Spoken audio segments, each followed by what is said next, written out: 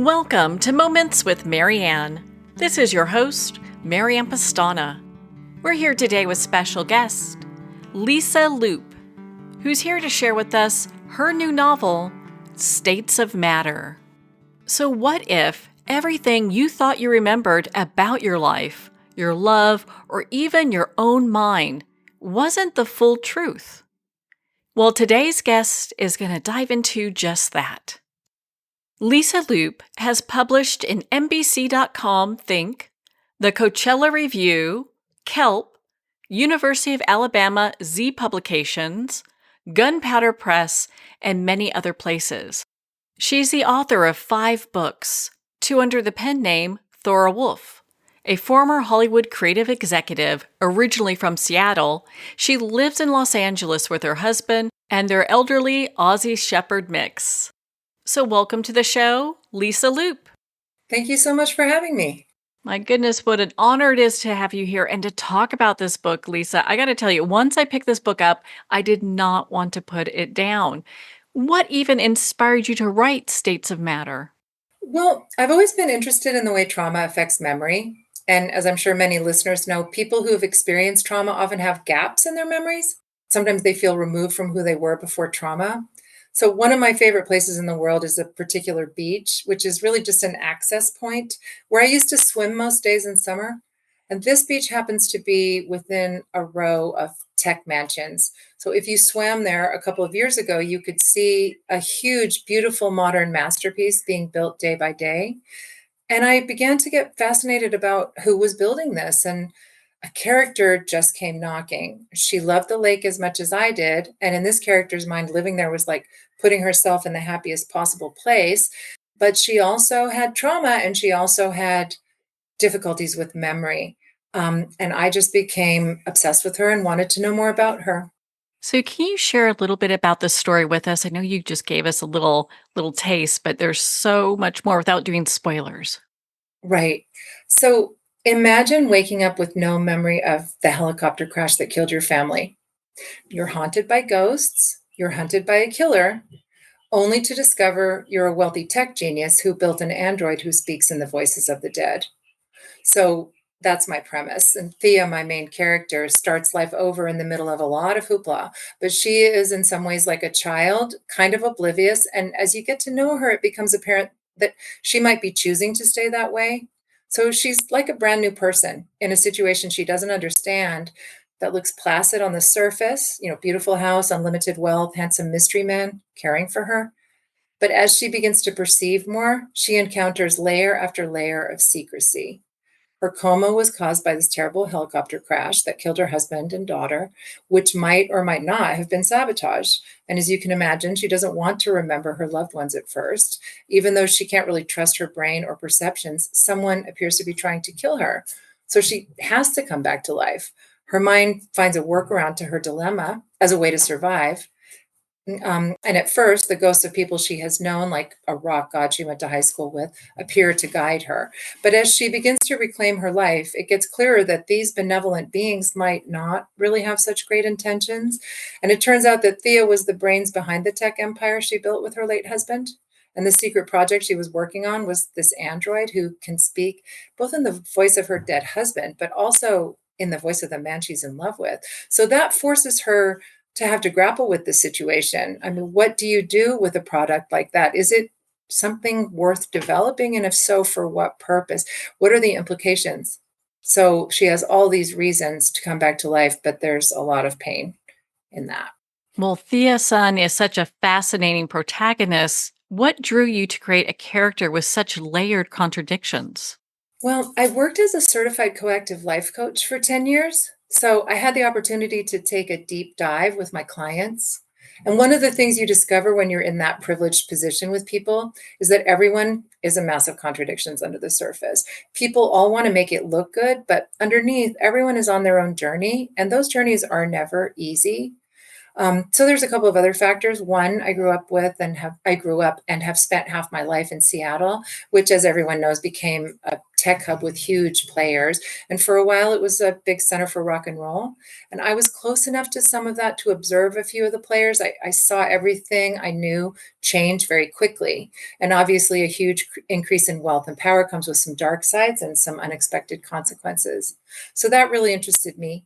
And also, I suffer from complex post traumatic stress disorder. So, and a lot of my life it went undiagnosed. So, I have these whole swaths of time that I have almost no memories of. I had effectively walked through life as a different person. And from time to time, I would experience a consequence from my behavior in those times. I didn't remember being there, but I said and did things. And guess what? I'm still accountable for whatever those things were. So those situations are jarring.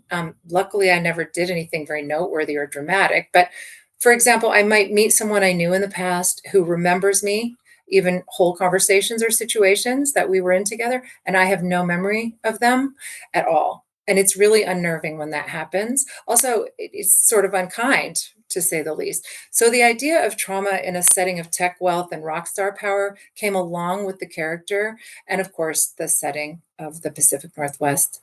Such a fascinating read. Well, this novel really plays with perception, what's real and what might not be real. So, how did you craft this dynamic in a way that still grounds the reader? What a cool question. I am also a poet as well as writing novels and essays.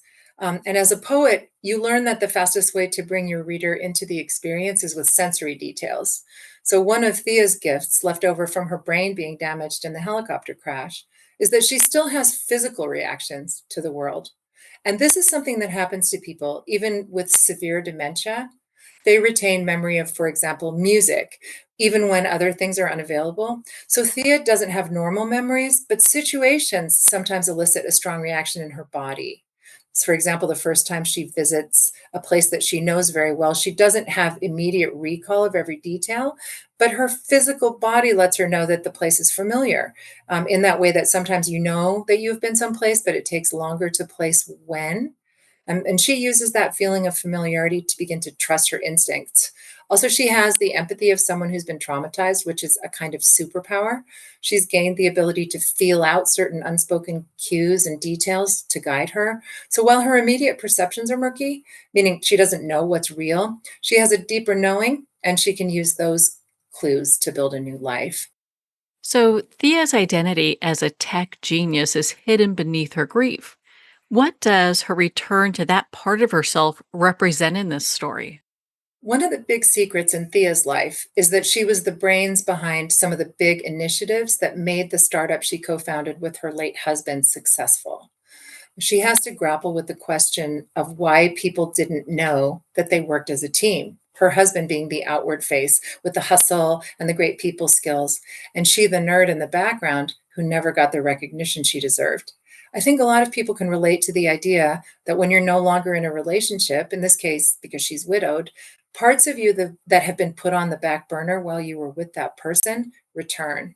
So when Thea experiences public recognition, she's forced to stand in her identity as a creative force and a visionary. And she has to decide what to do with this power.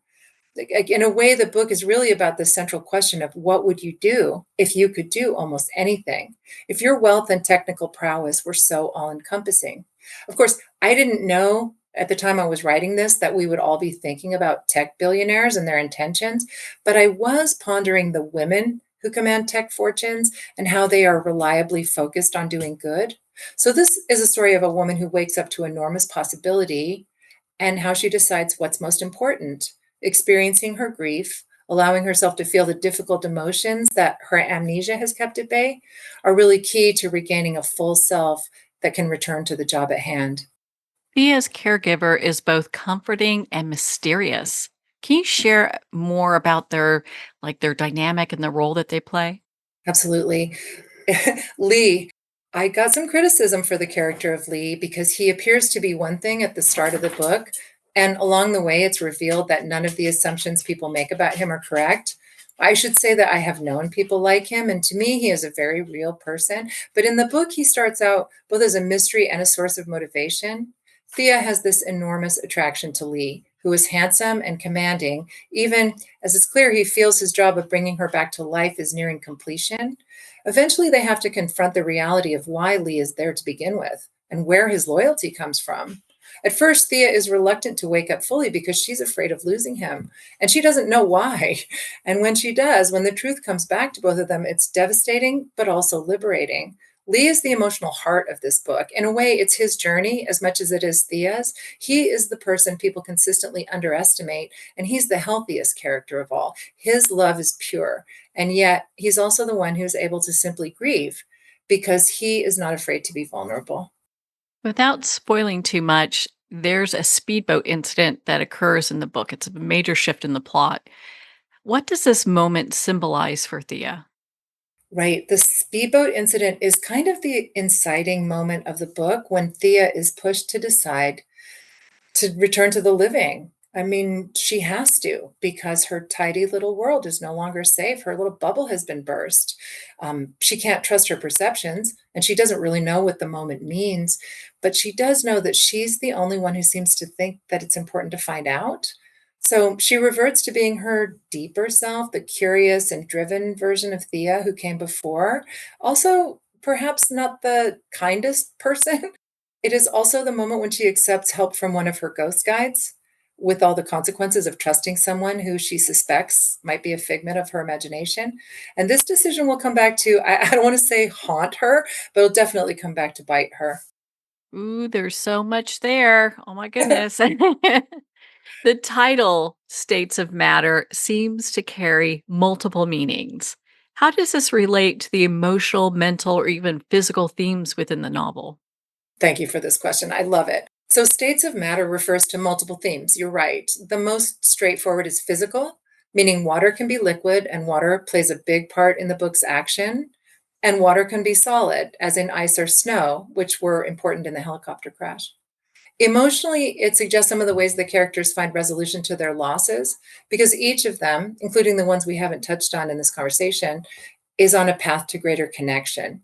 Mentally, it doesn't directly relate to the notion that Thea has experienced a major injury that left her scarred and with a metal plate in her head, but maybe it suggests the idea of hope, that whatever mental state she finds herself in, there's a chance for recovery, even if that new iteration won't be the same as the one that came before.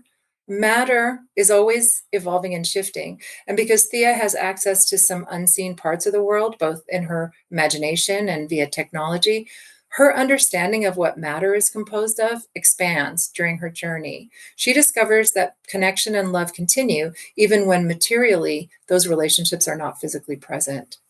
I really appreciate how your novel explores grief in a very unconventional way. What made you choose this particular lens with which to examine loss? Well, like most of us, by the time we reach adulthood, I have experienced grief and loss in my own life. And like Thea, I found solace in nature, in the forest, and swimming in the lake. So I probably have grief and the comfort of the natural world all wrapped up together in my mind. And like Thea, as someone with CPTSD, I know how disorienting it is to have gaps in my memory around times of great pain.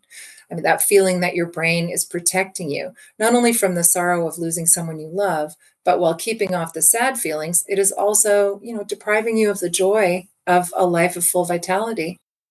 The book takes a slow return to memory and agency for Thea in the novel to a vast emotional drive. How did you balance the suspense with the emotional depth? Oh my gosh, I hope I did that. But thank you. I really love the idea of vast emotional drive. So I was a theater kid growing up, and like the nerd I am, I was obsessed with Shakespeare. And as everyone knows, there's so much depth and drama in those works. It kind of gave me the idea that a good story goes to the heart of character. And also in my 20s, I worked as a story editor in a movie studio. And what I learned there was that people love to experience a character growing through adversity. So that when they claim a new state, as it were, when they emerge at the end of their journey, it feels earned. And that gives the reader or the audience hope for the future. I also had a writing teacher once who said that a novel is simply a question factory. And my job was to place unanswered questions in the mind of my readers so they could only answer those questions as the stories progress So it was my intention to put the reader in the head of a main character who, at the beginning, was mystified by everything, but takes it upon herself to fully understand the scope of life and the nature of the attacks upon her, which, of course, are consequences of what came before. It's all connected. Well, you've written a protagonist who may be unreliable in her own understanding of reality, and you pull the reader right there. What were the challenges and the opportunities of working with that narrative? Well, I love an unreliable narrator. There's something about a voice you can't fully trust that puts you in the situation. It's a puzzle to solve, especially when the character is lying to herself. This story is written in second person or close second. Um, and the reason for that is to bring the reader into the minds of those around Thea. They each have their own story because every human being is the main character of their own life and their own agenda. And each of them holds a clue to that puzzle. Well, location plays a very important role in the story, especially the beach and the house. How did you use the setting to mirror like Thea's inner world? Yeah, the beach and the house are integral to the story. The beach Thea built her house beside is a connection to her childhood self, to the kid growing up in adversity and her cohort of other kids who grew up to become famous musicians.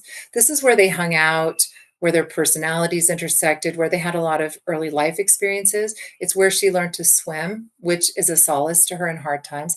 And a big reason she felt that to build her house there was the greatest way to show herself that she had made it, that she had overcome being an underprivileged, fatherless kid who had nothing but her academic life and that beach going for her. It's not an accident that her first real conversations after awaking take place on that beach where she feels safe with people living and dead she knew from long before meeting her husband. A deep part of her remembers that beach. It's her happy place. But of course, the lake is where the speedboat incident takes place. It's shattering that innocent connection to the area. It's not a safe bubble. It's no more safe than any place else. So, what do you hope readers will actually feel or think after finishing the novel? The most important theme in this story is love.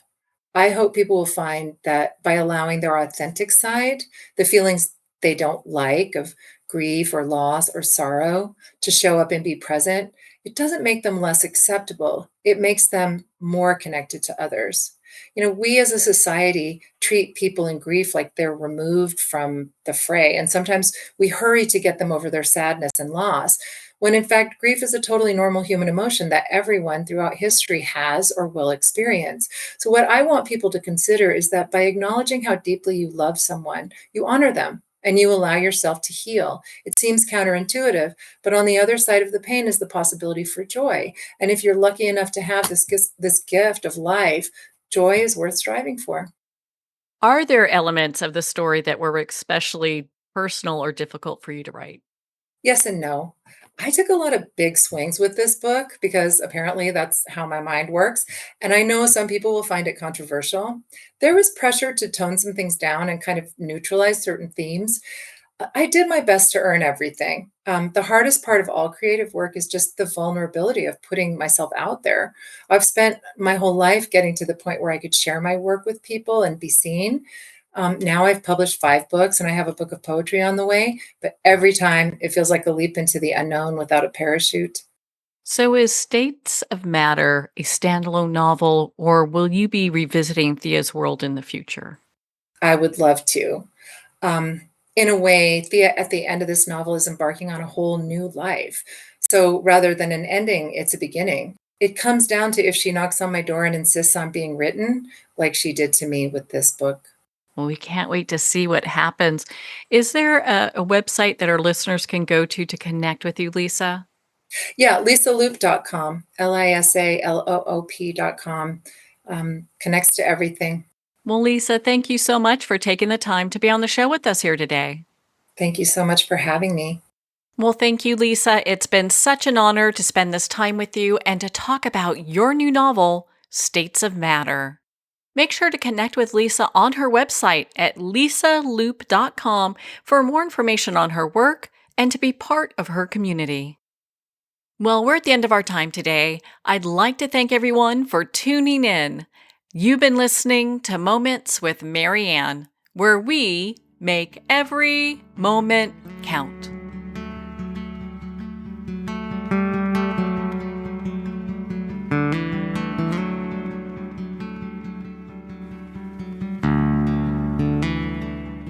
In a single moment, your life can change. Moments with Marianne is a transformative hour that covers an endless array of topics with the best of the best. Her guests are leaders in their fields, ranging from inspirational authors, top industry leaders, and business and spiritual entrepreneurs. Each guest is gifted and a true visionary, a recognized leader in her own work, and while teaching others to develop, refocus, and grow, Marianne will bring the best guest and sometimes a special surprise. Don't miss this. You never know just which moment will change your life forever. Make sure to tune in and visit momentswithmarianne.com for more information.